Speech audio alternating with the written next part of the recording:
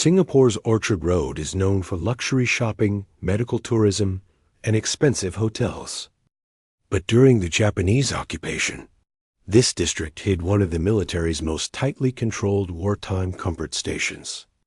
And according to scattered archival accounts, one of those buildings stood where the York Hotel area is today.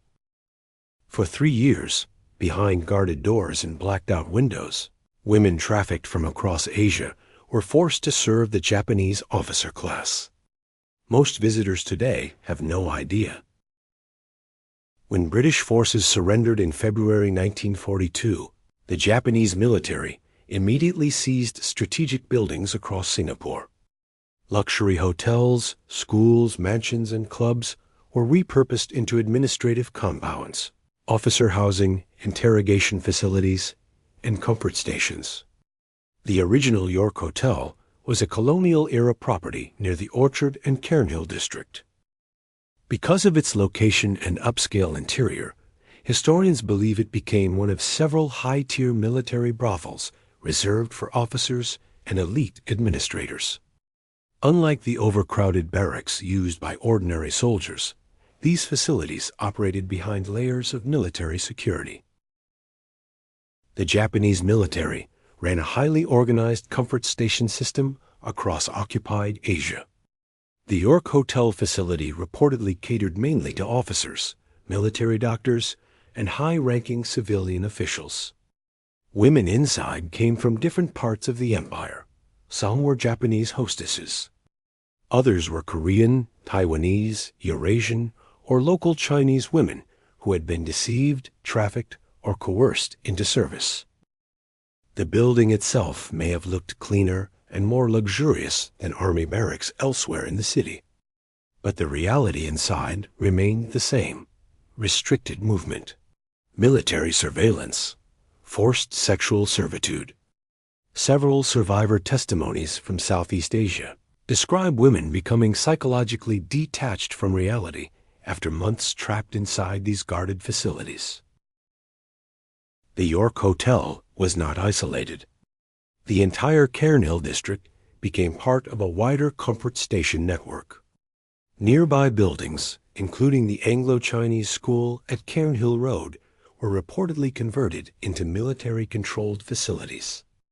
Eyewitnesses later recalled seeing long queues of soldiers waiting outside these compounds almost every day. Around the stations, a strange wartime economy formed. Local boys scavenged used military-issued condoms discarded outside the compounds.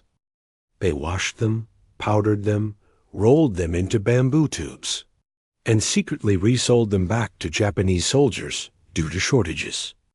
It was one of the darkest examples of how occupation transformed ordinary civilian life. When Japan surrendered in August 1945, the comfort stations were abruptly dismantled. Some women were scheduled for repatriation. Others disappeared into post-war Southeast Asia. For many survivors, returning home meant facing shame, silence, or rejection. In conservative societies across Asia, countless former comfort women hid their past for decades. Some never told their families what happened. Others carried the trauma until death. As Singapore modernized after independence, most former comfort station sites were demolished, redeveloped, or absorbed into the cityscape. Very few received official memorials. Today, thousands of people pass through Orchard Road every night.